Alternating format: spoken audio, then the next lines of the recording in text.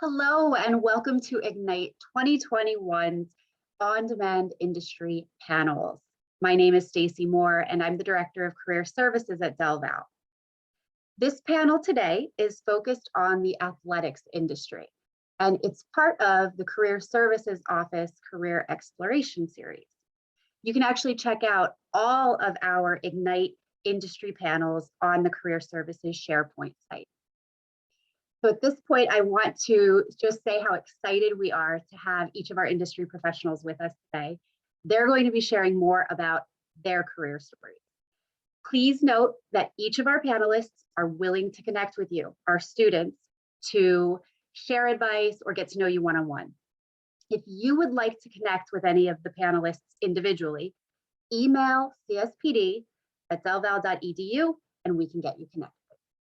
So without further ado, I would love to have each of our panelists share their name, their title, and their organization. And I'll leave it up to you, whoever wants to kick us off.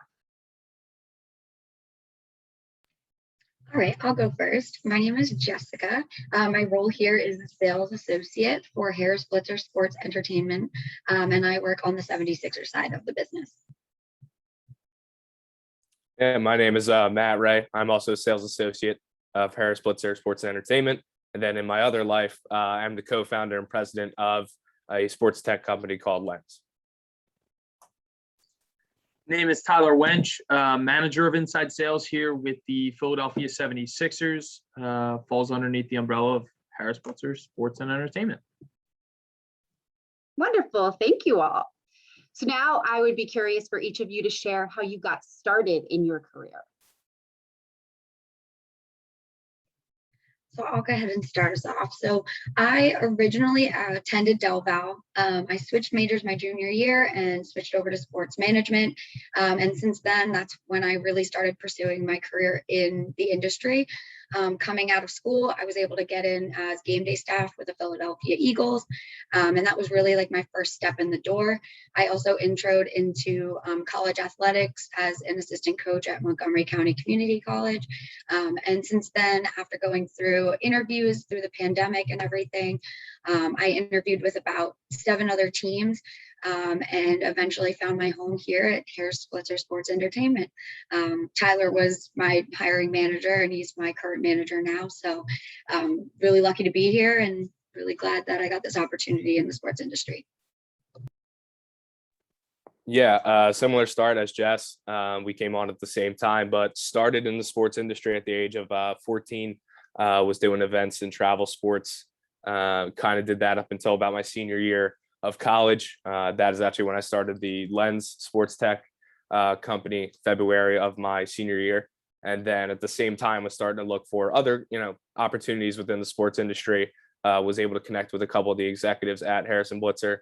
That's when eventually I was linked up with Tyler. And as Jess said, Tyler is also was my hiring manager and is my current inside sales manager here.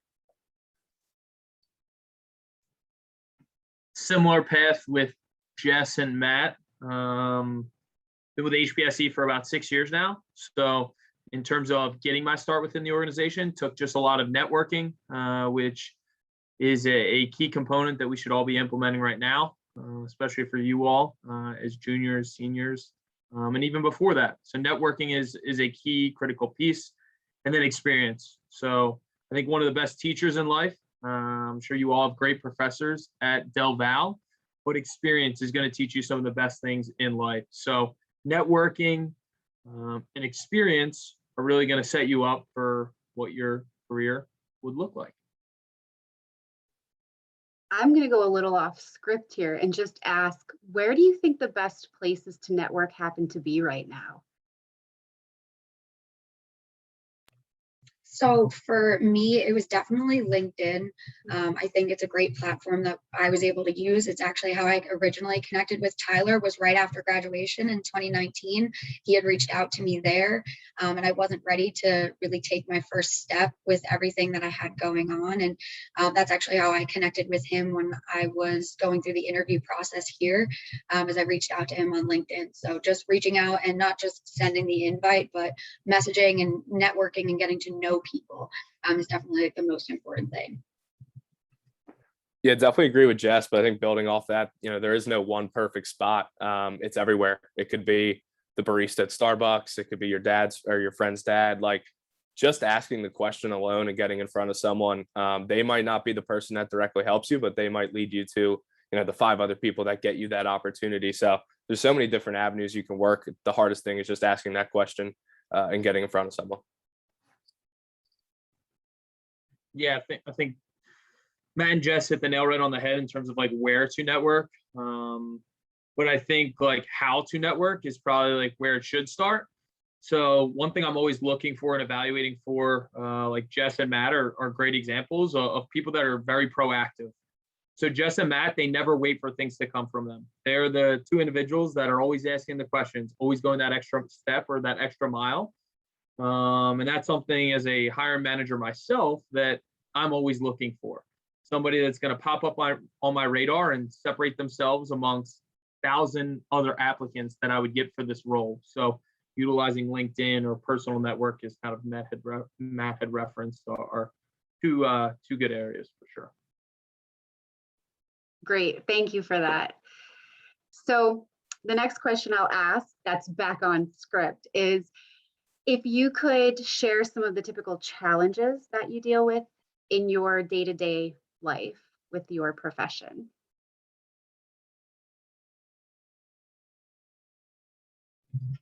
So right now for me, it was really the location was the biggest challenge. I live in North Jersey still, even though with DelVal being really close to Philly, I ended up having to move back when the pandemic had started. So right now I'm commuting about 2 hours to work when I do come into the office. So I would say right now, like that would be the biggest challenge. But I would say any of the challenges that I've faced, like coming into the industry, because of the culture here, I've been able to overcome them pretty easily.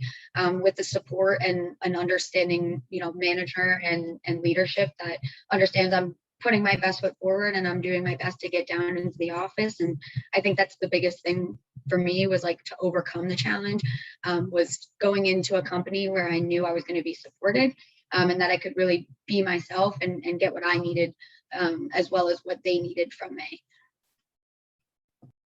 Yeah, I think, this challenge might not be around in 3 years from now, but as you guys as juniors and seniors coming into the workforce right now, is there's 2 things happening. The first is either we've had to change entirely what a certain business model looks like dealing with the pandemic and the COVID world, or we're back to retraining our old tactics and old techniques or operations of 2 years ago. So there's companies who are constantly kind of changing, evolving right now, and they're looking for workers who are able to come in and adapt to a fast-paced environment. So that's definitely kind of been a challenge in both of my worlds of, either for us at the Sixers, we're kind of going back to our old ways of having 100% capacity at stadiums. And what does that look like now that COVID still is a thing? So I would definitely say that's kind of the big challenge right now. And it probably is across a lot of industries, which is, being able to adapt to what that new world looks like.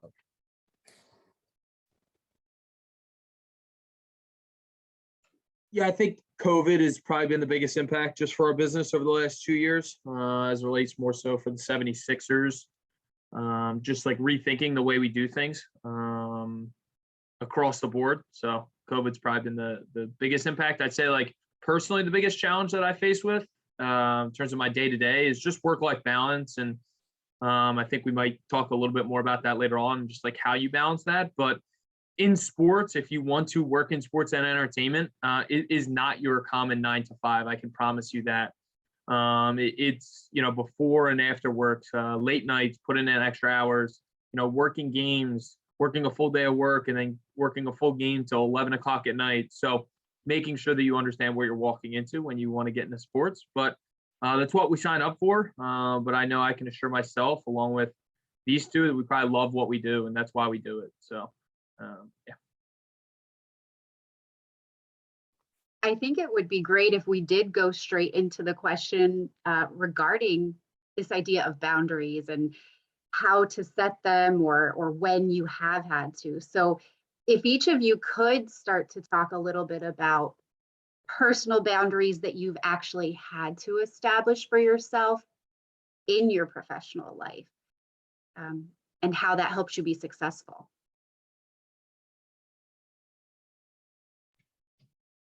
So for me, I would say like the biggest boundary that I've had to set was, like Tyler said, it's not your typical 9 to 5. So finding what times I needed to be able to take for myself and making sure that like my mental health and my physical health was taken care of. So for me, like that was the boundary that I had to set with myself, was making sure that I was able to take care of myself and be able to perform my job at the highest, possibility that I can. And that's something that I can do here with the support that I've got going on, is like I can overcome a lot of those obstacles, but I can also make sure that it's what's best for me and also what's best for the company. Yeah, for sure. I think, obviously with me kind of juggling both roles, it's 7 a.m. I'm doing LENZ work, HBSC work starts at 9 and then ends at 5. Or if we don't have a game, I'm jumping back to LENZ, and there's a sustainability issue to that. But I think the biggest thing is not realizing that more time is the only answer. There might be 12 hours of available work hours I could give, but is that my most productive 12 hours versus, hey, if I'm carving 2 hours out my day and I know that I'm rested, I've done, time for myself, and I can dedicate 2 good hours to my work, that's gonna be way better than trying to carve out 6 hours of unproductive work. So definitely think it's prioritizing your day and finding those time slots where you can get the best of your ability in that slot. Yeah, I think one word that Matt just used there that I would echo is priorities. So just knowing what your priorities are in life, whether that is professional and personal. For some people, their priority may be all work, right? For some other people, it may be a balance between personal and professional. So just knowing what your priorities are in life and, what is coming at the top of the list that needs to get done versus some of the things that maybe you can push to the bottom of the list that can wait, a week or 2 weeks or a month that you can eventually get around to, is what I'd recommend. Excellent advice. And it's really appreciated you sharing your own experiences with that advice. So thank you. How would you say your career has differed or stayed the same from what you imagined it would be when you first started out? So I would say mine was like a 360. I originally came to DelVal and I studied wildlife conservation, and it was something that I love, but it wasn't something that I wanted to really make a career out of. And that was what I realized my junior year when I took one sports law class. So I would say, like, if you even have any curiosity in any other industry, definitely exploring outside of just the industry that you're in, I would say is part of what led me to finding something that I was very passionate about, but also helps me to do my job like as best as I can. Because I feel like having a knowledge like across the board, it just helps me to do my job better as well. But it also just helps to make you a more well-rounded employee by knowing, not just one thing and being good at just that one thing, but trying to expand and be curious, to be able to continue to grow as you're in the industry. Yeah, I think coming in, a lot of my sales background and work background was in small business, and in there it's, it's very personal. You only have a smaller, niche of customers. So there are a lot of personal relationships that come with doing the operation of your job. And I think coming into a bigger corporation, I was like, this is just going to be volume sales, dial, make the sale, and then kind of push them off to the side and hide behind the corporate blanket.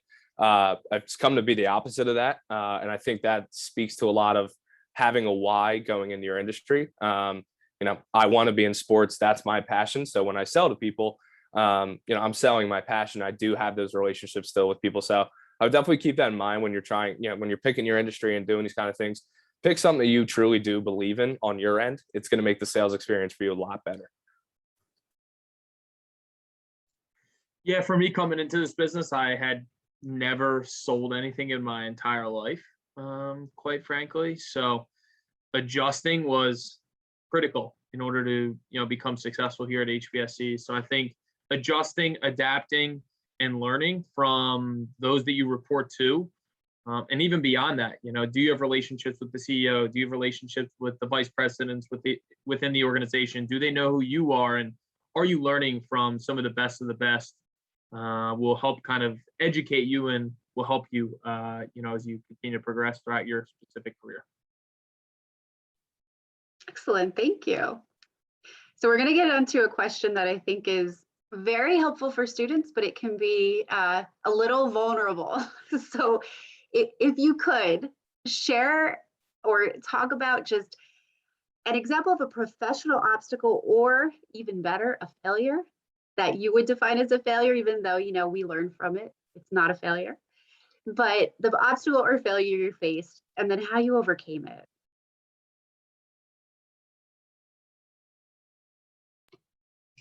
So I would say for me, the biggest obstacle was really like getting my foot in the door with like a full-time job.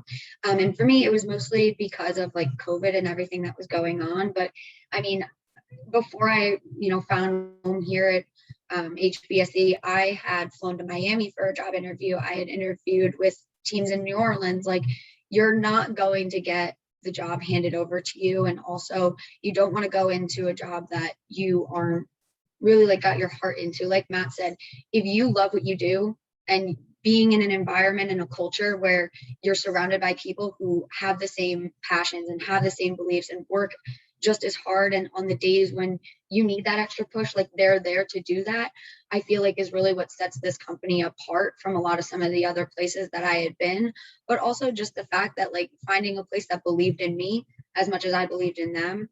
I would say like really just not being afraid to put your name out there and make sure you go for it if that's what you think that you want to do. I mean, life is short, so if you think that you've got something that you've got a really big passion for, I mean, go after it, give it a chance. And I mean, a no is a no, but there's always opportunities to come after. So just be ready for when the door does open and hit the ground running, like show them what you're made of. Yeah, I think my biggest lesson on my end was actually on the LENZ side a year ago. Just to be brutally honest, I struggled with the answer of no, whether it was in the working space or from someone, and the constructive criticism side of things. I took it almost as attacking, and I got defensive. So when we went to our fundraising with LENZ, we closed our first 3 initial investor calls. And in my head, I'm going, oh, these are going to be a breeze. I'm going to get yes from everyone. First big guy we talked to, he comes out and flat out says, hey, I hate your idea. And kind of just gave his criticism for it. And, being immature in that moment, I'm going, what the heck's wrong with this guy? Like, he doesn't know what the heck he's talking about, like, whatever. And I learned quickly that, it probably just wasn't the right fit for him, but he just brought up, 5 points that probably are, make sense and things that we have to look at. So I think the 2 things I probably learned from that is, one, your enemies or competition per se are going to be your best learning points, because they're the ones looking at, what are the weaknesses in your business or space. And then 2, no is okay. Like, no in our eyes needs to just stand for next opportunity, because that gives us another time to go after someone else. So those are definitely the 2 big lessons I learned from that experience. I think it's carried, well into the HBSC world as well. I don't think there's like one particular failure or moment that like comes to top of mind at the moment. But what I would say is anytime, like, failure is a good thing. I think failure is going to make you better in the long run. If you don't fail, that means you're scared to fail. So ultimately you won't end up getting better. So like, failure is a really good thing at the end of the day. But are you taking what you've learned through these failures? Are you looking at what you've done well, what you could have done better, reassessing and looking yourself at the mirror rather than pointing the finger at somebody else, is really where you have to take ownership for yourself. And ultimately, then that's how I think you get better. When I look at some of the best people that I've worked with in this business and across this industry, they're the people that have failed the most and have put themselves in situations where they are most uncomfortable. It's how you're going to grow. So failure is a good thing, not a bad thing. Yeah, it can feel like it's not so good during it, right? But when you learn from it and you see how much you've grown, it's a positive. So our final question, we've touched on a little bit, but if you could elaborate or even think of a different answer, if you could share a time when your personal life impacted your professional life and how you handled that. And with you talking about the work hours, I think that's a great place to start, but feel free to take it anywhere. I think like with the pandemic, we all kind of had this realization that people are people and that mental health is important and that taking care of yourself is essential. And I think that's one of the biggest things with like my personal life is mental health has impacted me since I was in middle school. And for me, it was finding a company that understood that people are people and that, you know, you have to take care of yourself. And like Matt said, if I can do 2 hours of really productive work, and it's going to be it's a better, you know, execution of my job than what it would be to do 6 hours of distracted work.